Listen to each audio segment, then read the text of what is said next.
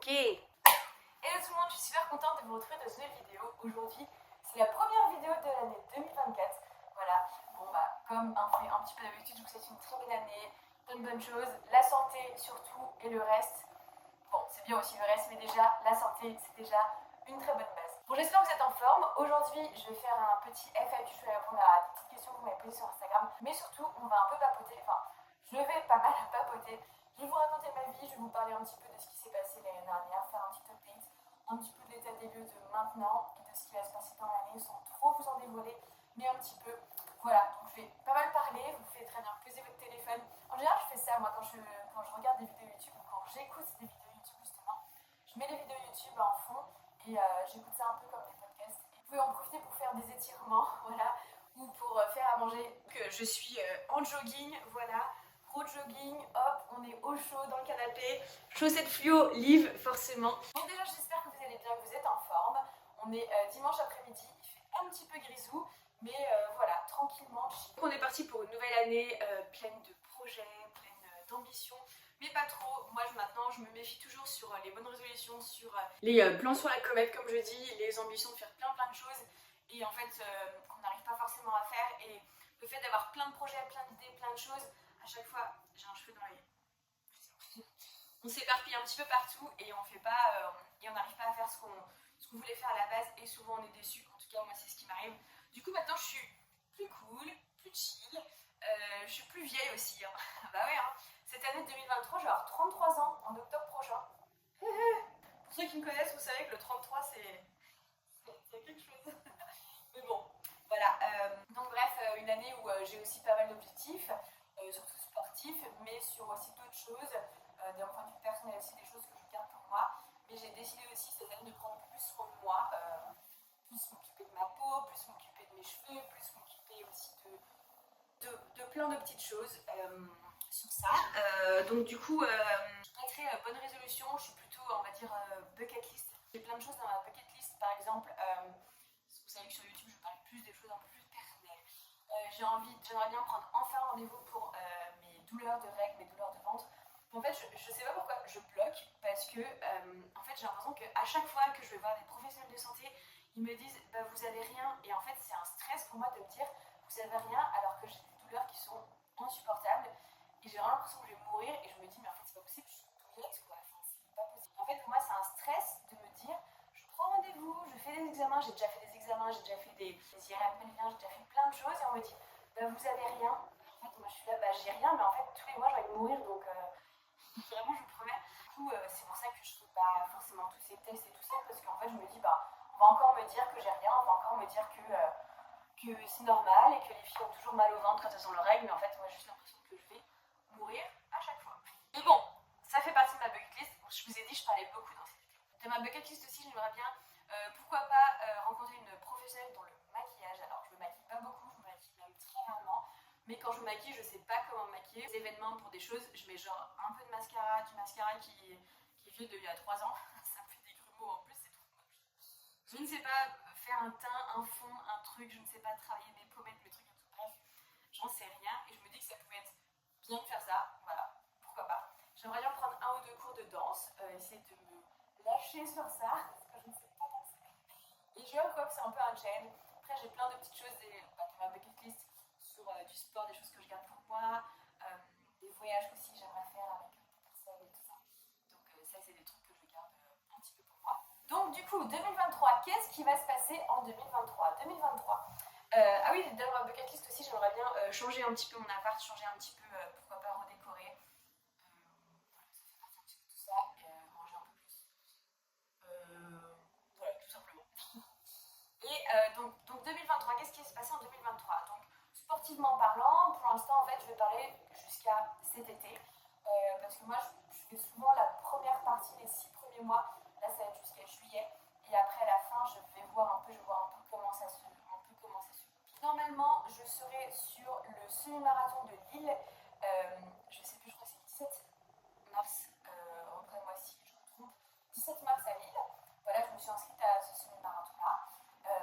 Parce que je fais un marathon après, qui n'est pas le marathon de Paris, mais je serai présente au marathon de Paris. Alors, on est parti pour les indices. C'est un marathon que j'ai déjà fait. C'est un marathon qui est trop cool. C'est un marathon qui n'est pas en France, mais c'est un une ville qui me parle énormément, dans une ville qui est très symbolique pour moi. Bon, c'est la ville où a commencé une énorme aventure pour moi. Donc voilà, semi-marathon de Lille, marathon en Europe, pas très loin d'ici. Je vous rassure, j'y vais en Eurostar, hein, j'y vais pas autrement. Voilà. Après, ça va s'enchaîner, je serai sur le Frenchman. Je ne ferai pas le format M, je ne ferai pas le format XS, je serai là-bas. Le format XXL ou le format L, vous verrez. Voilà, vous verrez, tout a une histoire, tout est organisé par rapport aussi aux courses avant, aux courses après. En tout cas, je serai là et vraiment un super événement, c'est un gros week-end. Vous pouvez vous tester sur les XS, un M, un L, un XL. C'est une super ambiance, le parcours est génial, le lieu est vraiment top, c'est dans un lac. La natation, le parcours en vélo est plutôt plat. La course à pied est chouette. Enfin, moi, j'ai toujours, ça fait vraiment un petit moment que j'y vais, c'est toujours une super ambiance. Il y a tous les copains aussi qui sont là, qui participent, donc trop chouette. Et après, cette année, je repars sur un Ironman. Je ne vous dis pas encore lequel, mais ça va revenir. Ce n'est pas tout de suite, attention. Mais ce n'est pas tout de suite, mais je reste toujours. Ça reste quand même très dur. C'est un très gros challenge, un Ironman. Il faut savoir que oui, on voit beaucoup de gens sur les réseaux faire des Ironman comme ça, mais attention, c'est quand même une très grosse prépa physique, mais surtout mentale. Donc ça, et après on verra pour la suite de l'année si on retraverse des pays. Il est possible qu'il y ait peut-être le T24 qui revienne en octobre et éventuellement d'autres choses d'un point de vue sportif, c'est ça. Voilà, donc en fait le premier début de l'année est plutôt cool, on va dire, avec quand même beaucoup d'entraînement parce que la suite ça va quand même être assez fort, assez puissant. Et puis de toute façon, parce que j'aime m'entraîner, j'aime faire du sport. D'un point de vue boulot, au niveau de la marque Live, on continue toujours nos chaussettes, les textiles, que ce soit les tangas aussi, ou les produits, ou les autres produits. On développe aussi différentes choses. D'un point de vue coaching perso, donc à savoir aussi que je suis coach personnel, donc je vais ouvrir mes créneaux coaching très prochainement. Là, je sais que c'est de la prise de rendez-vous en ligne sur du coaching en vrai, hein, c'est en présentiel, c'est avec moi. Ce n'est pas du coaching en ligne, c'est vraiment du coaching en présentiel. Donc pour l'instant, ce sera des créneaux sur Paris et par la suite sur Bordeaux. Et oui, les Bordelais aussi. Voilà, donc c'est à voir aussi un petit peu parce que je n'ai pas de salle à Bordeaux pour vous accueillir pour faire du coaching. Je peux me déplacer chez vous, mais c'est aussi, pour moi, c'est aussi une perte entre guillemets un peu de temps dans le sens où, par exemple, 1 heure de coaching, si je mets une demi-heure pour y aller, une demi-heure pour revenir, ça fait quand même 2 heures et je ne peux pas vous facturer 2 heures. Enfin, je peux vous payer, c'est quand même énorme. Puis après, ce qu'on facture, ce qu'on donne à l'État, etc. Blablabla. Bref, vous connaissez. Donc moi, je ne me vois pas vous demander je ne sais pas combien pour 1 heure de coaching. Voilà, donc c'est des choses un petit peu à voir, à mettre en place, à travailler. Mais en tout cas, sur Paris, on a la salle de coaching dans les bureaux, donc là, ça se fait très prochainement. Et après, toujours continuer à m'amuser, à créer du contenu sur les réseaux sociaux. J'essaie d'être active. Vous savez que c'est pas forcément simple la création de contenu. Je me plains pas du tout et je suis super contente du métier que je fais. Mais la création de contenu, c'est pas forcément facile. Maintenant, il y a de plus en plus de concurrence. Aussi, la concurrence ne me fait pas peur. Mais il y a de plus en plus des gens qui mettent des moyens et je trouve ça génial pour créer du contenu, pour faire des vidéos, pour faire des jolis réels, pour faire des jolies photos ou pour vous apporter différents conseils et plein de choses comme ça. Donc j'essaie toujours de faire mon maximum, jongler entre mes coachings, mes entraînements, mes allers-retours à Paris, la marque et tout ce qui est vous filmer des vidéos comme aujourd'hui. Même si vous voyez que je suis cool et chill, etc. Là je vous filme ma vidéo, après il y a tout ce qui est montage à faire que j'adore toujours. Mais voilà, donc j'aimerais toujours vous apporter un contenu toujours intéressant pour vous. C'est vrai qu'en fait c'est assez particulier parce que j'ai l'impression qu'en fait je vous raconte ma vie sur les réseaux sociaux.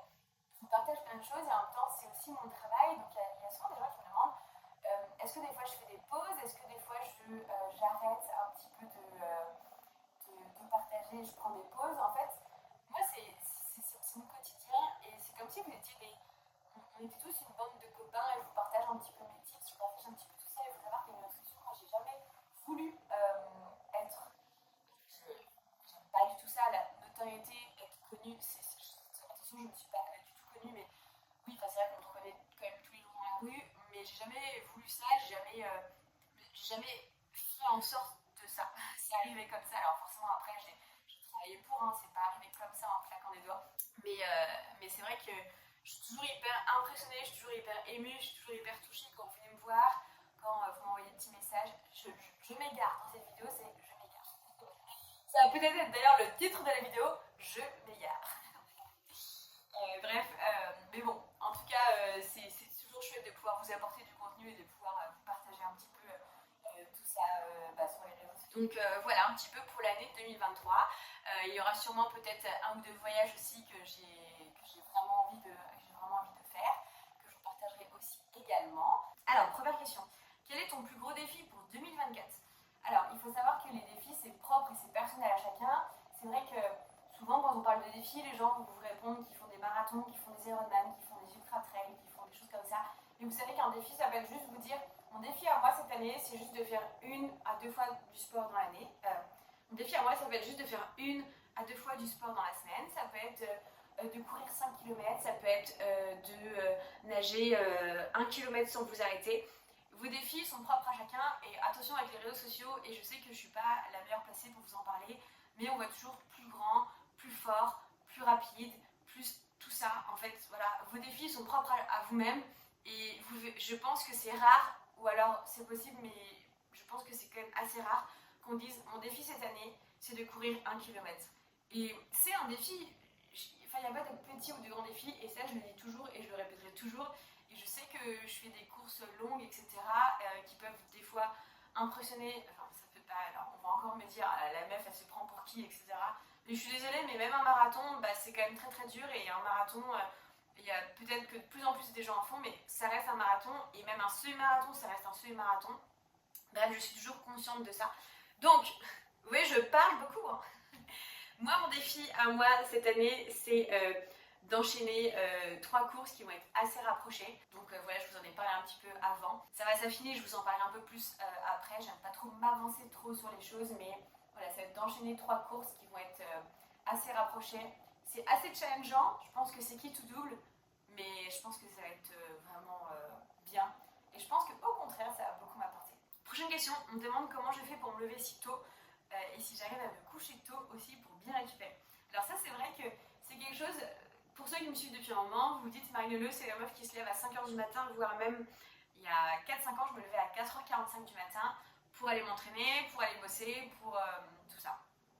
Le rythme, comment je l'ai pris, c'est que quand j'ai commencé en tant que coach sportive, et je coachais à partir de 6h du matin. Donc pour être sur place à 6h du matin, quand on vit à Paris, des fois on a une demi-heure ou 3/4 heures de transport.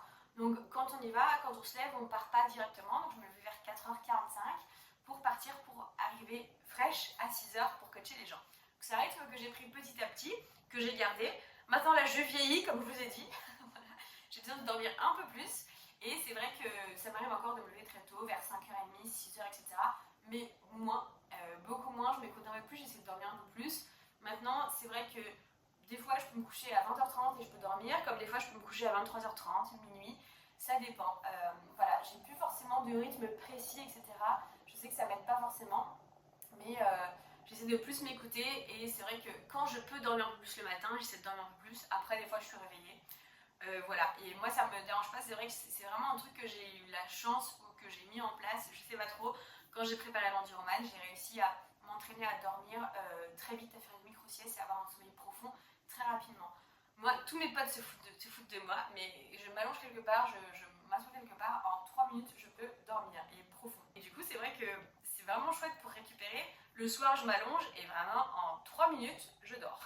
Si vous mettez une série le soir avec moi ou un film, etc., vous êtes sûr qu'en 3 minutes, je dors. Prochaine question, est-ce que je suis des plans d'entraînement ou je fais mes séances moi-même ? Alors non, moi je fais mes préparations moi-même. Alors des fois je m'inspire des uns, des autres, etc. Mais moi je fais vraiment tout à la sensation. Vous savez que moi je suis pas... Mon premier objectif c'est le plaisir, le partage, ce n'est pas la performance. Alors de plus en plus c'est vrai que c'est agréable, et je ne vais pas dire le contraire, des nouveaux temps, de faire des nouveaux records, etc. Mais ce n'est pas mon objectif premier. Sachant que j'en fais beaucoup, moi, le pire truc qui peut m'arriver, c'est d'être déçue de moi.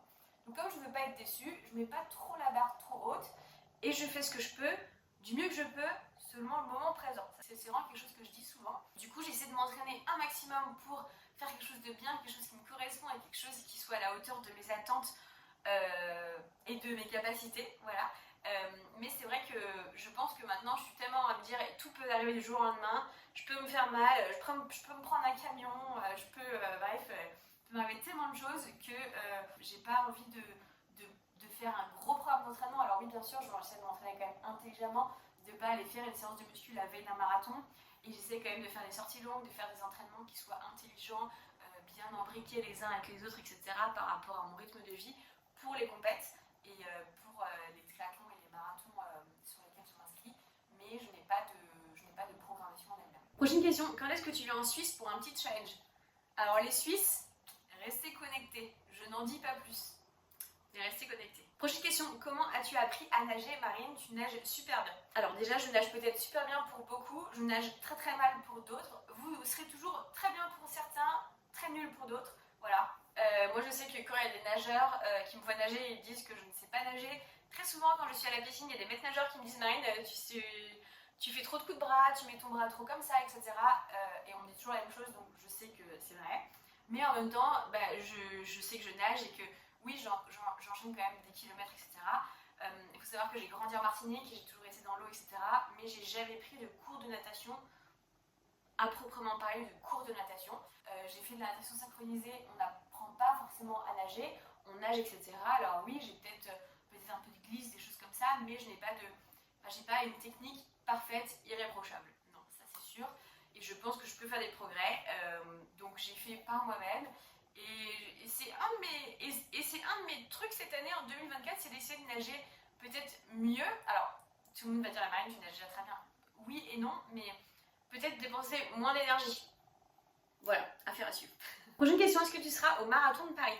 Alors oui, je serai sur le marathon de Paris, je ne courrai pas le marathon de Paris, mais je serai là. Bonne expérience, et je serai là au Bonne Expérience, c'est là où vous pouvez aller chercher votre dossard, et c'est là où vous pouvez, il y a plein de stands, il y a plein de choses à faire, etc. Vous pouvez vous rencontrer, je serai très contente de pouvoir vous rencontrer, échanger avec vous, et le jour du marathon, je serai sûrement sur le bord de la route à encourager, etc. Mais donc, oui. Prochaine question, où te vois-tu dans 10, 20, 30 ans?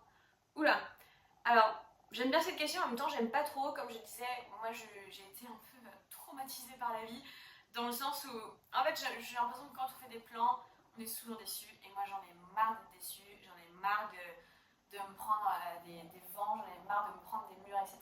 Du coup je vis un peu au jour le jour, alors c'est compliqué de vivre au jour le jour quand on prépare des choses, etc. Vous allez me dire ça, mais pas de plan sur la comète, je sais pas. Et ce que je dis toujours, moi je veux juste être en bonne santé et être avec les mêmes amis qui m'entourent et la même famille qui m'entoure, et juste ça, parce que c'est le plus important. Voilà, donc je ne sais pas où je serai, peut-être que je ferai un autre sport complètement, peut-être que je ne ferai plus de sport, peut-être que je serai toujours à fond à courir, je ne sais pas. Je me souhaite juste d'être heureuse, en bonne santé et avec les proches que j'ai qui sont incroyables. Combien de fois tu cours par semaine? Alors pareil, là ça dépend, des fois je vais courir 3-4 fois par semaine, des fois 5-6, des fois 2, des fois pas du tout. Des fois je vais faire beaucoup de vélo, des fois je vais pas en faire, des fois je vais faire du crossfit, pas de crossfit. Comme je vous dis, moi j'ai pas de programme, je suis vraiment aussi à la sensation, aussi par rapport à mes allers-retours à Paris, comment je me sens aussi. Par exemple, demain j'ai prévu de rien faire et en fait ça se trouve je vais me dire, oh bah tiens j'ai envie de faire ça, on va me proposer d'aller courir ou autre, voilà. Donc j'ai pas de programme, donc ça dépend. Alors je suis pas non plus bête, j'essaie de quand même faire attention à pas non plus faire trop de kilomètres et de m'écouter de plus en plus. Comment je fais pour m'hydrater sur des courses, sur des sorties longues, parce qu'on ne me voit jamais avec des flasques ou autre? Alors, attention, je vous parle de moi, c'est pas quelque chose que je vous conseille forcément de faire. Le matin, quand je pars courir, soit j'ai coaché avant, donc de 6h, 7h, 7h, 8h, et donc j'ai mangé une demi-banane ou j'ai mangé un petit déj, pancake, du pain, des choses comme ça ou autre.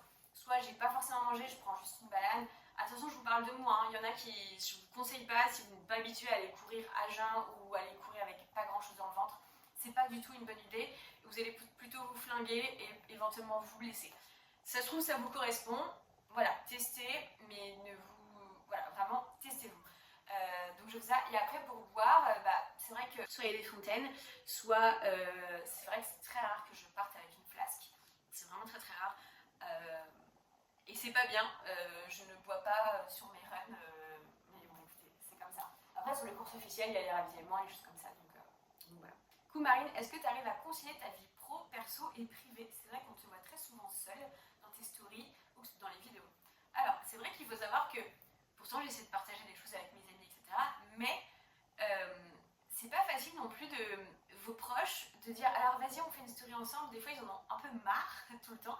Donc c'est vrai que quand je suis des fois avec des gens, mais je ne montre pas les gens parce que ils n'ont pas forcément envie d'être toujours sur Instagram, ils n'ont pas envie d'être montrés. Moi je sais que j'ai des amis qui m'ont dit Marine, et pas méchamment, juste qui m'ont dit Marine, juste je veux jamais que tu me montres. Il y a des gens qui m'entourent, qui sont autour de moi, que vous ne verrez jamais, parce que j'ai pas forcément envie de les afficher, parce que ça fait partie de ma vie perso aussi. Et après, c'est vrai que quand j'essaie de filmer, quand j'essaie de... Par exemple là, je suis toute seule, c'est vrai que des fois je demande est-ce que vous pouvez partir, est-ce que vous pouvez machin, je vais faire ça, je vais faire ça. Donc des fois on a l'impression que oui, je suis beaucoup seule, etc. Alors attention, je suis quand même assez solitaire, mais je ne suis pas tout le temps toute seule et j'essaie de vous partager quand même plus ou moins mes amis et tout.